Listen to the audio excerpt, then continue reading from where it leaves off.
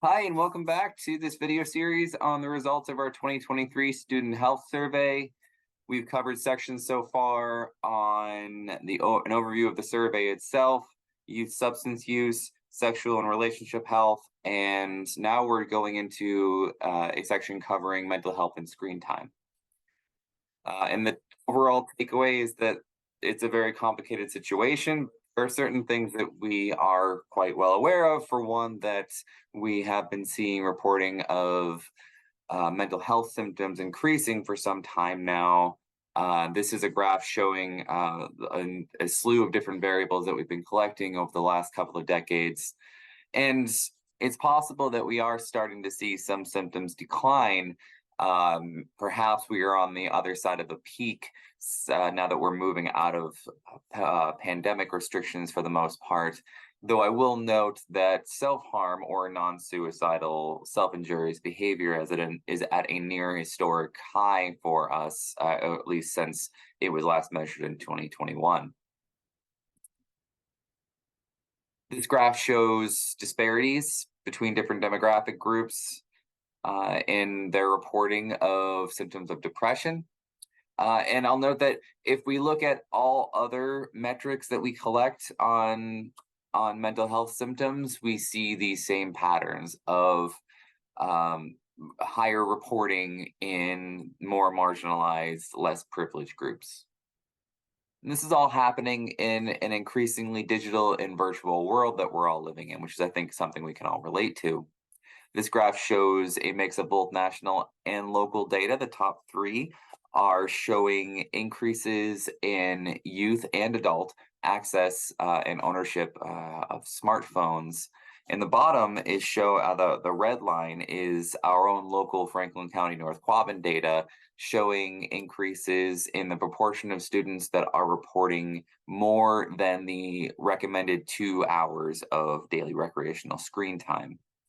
And something that several studies are showing is that there seems to be a strong link between the amount of screen time that students are getting and their likelihood of reporting symptoms of mental health issues. But it may not be as simple of a relationship as a graph like this might suggest. And there are a couple of main problems that we tend to see with students that get too much screen time. And for one, it's that it tends to displace otherwise healthy, enriching activities that they would get. For example, this graph shows students that get increasingly more screen time tend to get a lot less sleep and physical activity. And that makes sense. But students, on the other hand, they are very restricted and get less than 1 hour or no screen time, actually may not be doing as well for sleep, at least, as students that get a moderate 1 hour or so of screen time. Another big issue that we tend to see with students getting far too much screen time is a major increase in things like disordered eating or generally social comparison, which students are particularly vulnerable being at that teenage developmental stage where social interactions are so important. And here again, we see that with increasingly more screen time, there is an increasing prevalence of these kind of behaviors. But also on the other side of the spectrum, students that are very restricted in screen time also have a slight increase compared to students that are getting a moderate small amount. Particularly since the pandemic, or perhaps slightly before that, we've been watching as well a decrease in the proportion of students that are reporting strong connections with adults.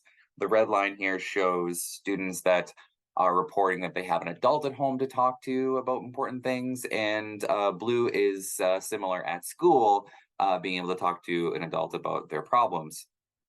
And that we know is a very strong protective factor against things like substance use and mental health issues, and perhaps screen time as well, even.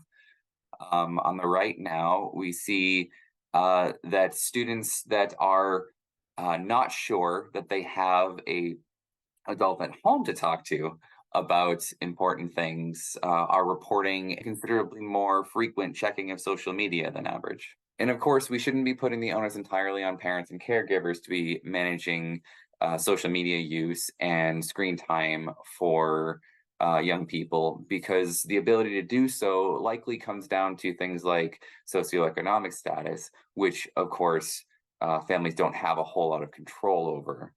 We see that higher socioeconomic status students are reporting frequent checking of social media and less often than lower socioeconomic status students, and more privileged students reporting regular check-ins over family dinners most nights more often than less privileged students. And that makes sense. For example, parents that have to work evenings and weekends, screen time for their kids becomes an inevitability, and the content of that screen time becomes increasingly hard to manage. And as has been suggested in some previous slides, the relationship between prevalence of mental health symptoms and the amount of screen time students are getting is not always straightforward. And so, particularly if we break it down into different demographic groups, we might see some different patterns. So this graph is showing prevalence of symptoms of anxiety for different gender identities. And we see that for cis students, the yellow and blue lines here, that relationship is pretty linear, where more screen time usually equals a higher likelihood of anxiety symptoms. But when we look at gender diverse students, that linear relationship falls apart. And if anything, students that are very restricted might be the worst off, which may be reflecting some differences in how groups use social media. And more marginalized groups have the opportunity to connect with peers that they otherwise are not able to in real life. So it's important for us to consider that there might be some real benefits that students are getting out of screen time, particularly at a moderate amount and not at an extreme. We're seeing that symptoms of mental health issues and the amount of screen time that students have been getting are both strongly correlated, and both have been increasing dramatically over the last decade. And a couple of problems that we've outlined are that too much screen time is associated with displacement of healthy, enriching activities and excessive social comparison. That there is some evidence that some screen time in moderation may be beneficial. Now, if you visit our website at communitiesthatcarecoalition.com and go to our resources page, you'll find a whole slew of resources that are available to parents and families and communities and schools to assist with any of the issues that young people are facing these days, including growing up online, family connectedness, and mental health issues. So I encourage you to take a look and see what there could be helpful to you or your community. And certainly feel free to reach out to myself or my colleague Kat Allen at the Communities of Care Coalition if you have any questions about the data or are interested in seeing any further analyses. Thanks a lot.